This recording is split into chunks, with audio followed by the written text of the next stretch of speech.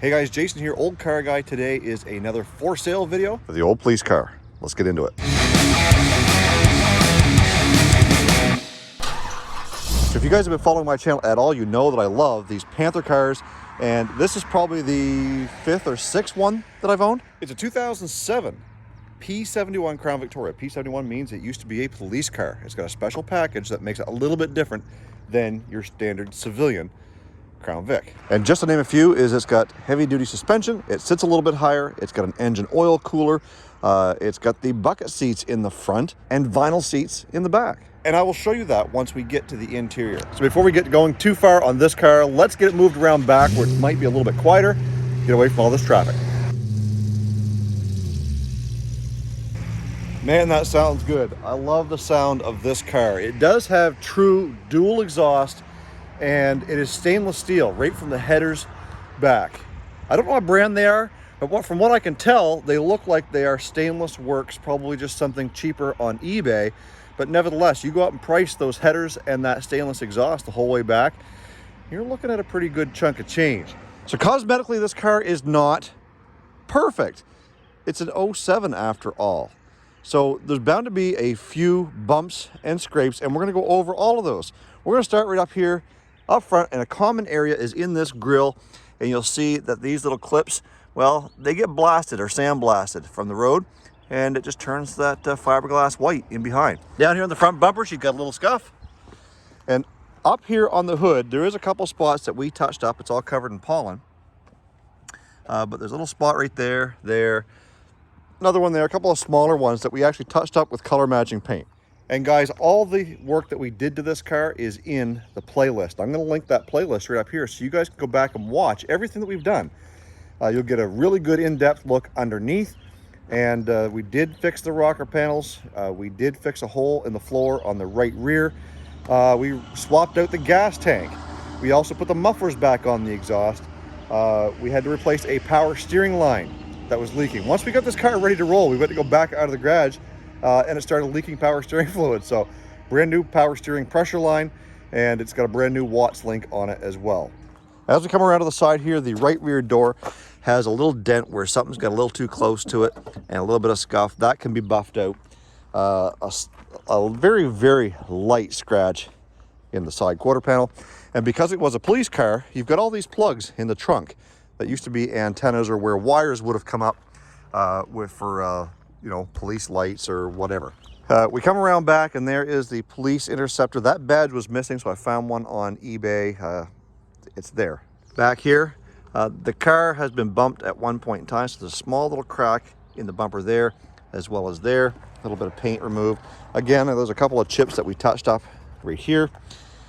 The tires on this car, they're like new, but they are winter tires. 225, 65, 16. They are not the tires that came on this car, because when I bought my 07 Crown Vic, this was the wheel and tire combination that came on it. I felt like this would look better on this car than those real skinny, low profile tires that weren't the right size with the steel wheels. If you want those, I still have them available. So for an extra cost, if you want both sets, you can have them. If you just want to swap one for the other, we can make that work too. Driver's side rear door has a little scrape right there. It is dented a little bit as well, and a small little dent down here on the driver's side door. And that's the exterior. Let's go underneath the hood and I'll show you all the goodies under there. So we've got under the hood all cleaned up, and as you can tell by the intake, this is an aftermarket AccuFab intake as well as a 75mm BBK throttle body. You do notice a difference with both of those on there. The throttle response on this car is excellent. That combined with the dual exhaust, this thing kind of rips a little bit. I mean, it's a P71 after all. These cars supposedly have different heads and intake to make it breathe a little bit better.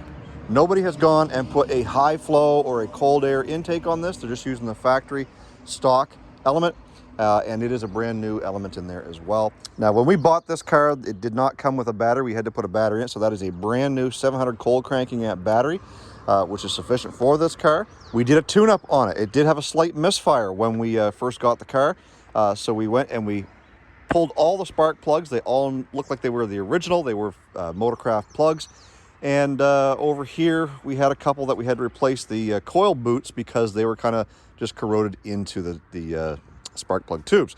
So that has been replaced. This thing now works like it should. In the trunk, there's not much to see here. It does have a spare tire and jack, and as you can tell by the mess of wires over here, probably about 90% of those wires are what is left over from it being a police car.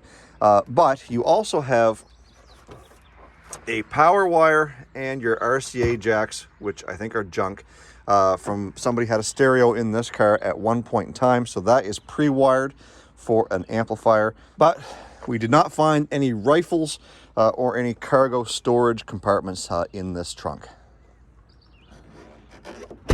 Now, I believe that this car was not a pursuit style police car, and the reason why is because there's no evidence of a light bar being on the roof of this car, nor was the hard-shelled single one-piece back seat in this car. This is still just got a vinyl seat with the vinyl floor.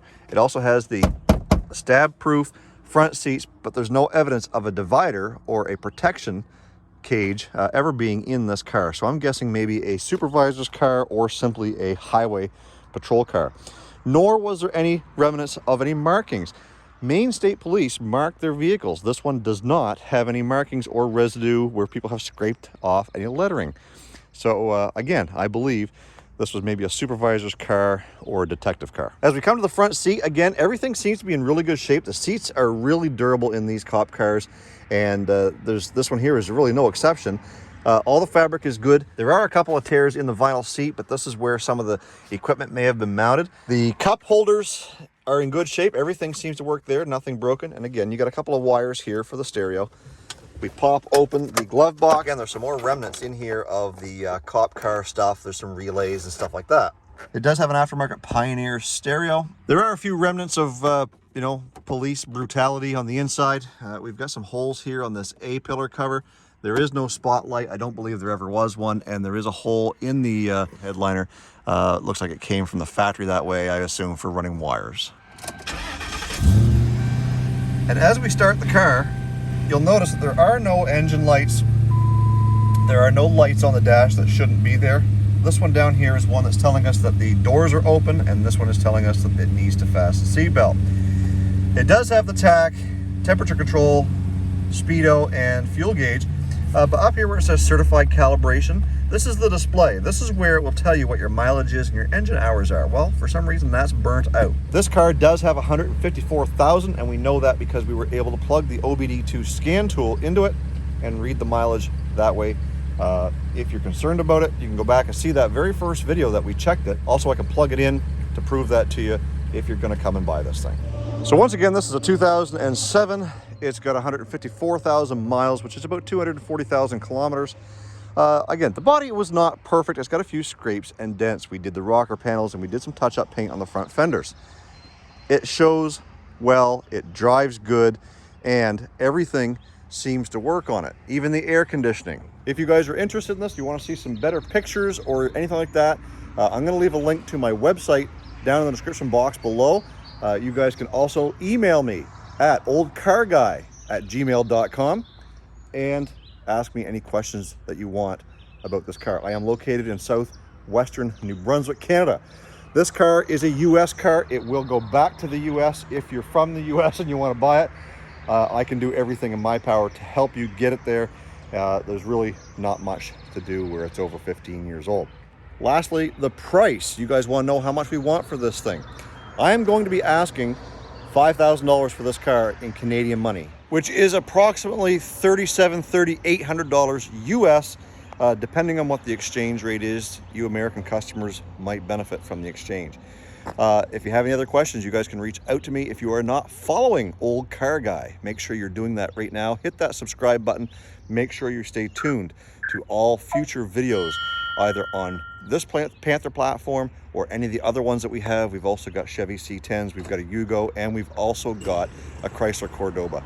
So make sure you're subscribed, make sure you're following me here and over on Instagram. This could be yours. All you've got to do is come up with the cash and give me a call.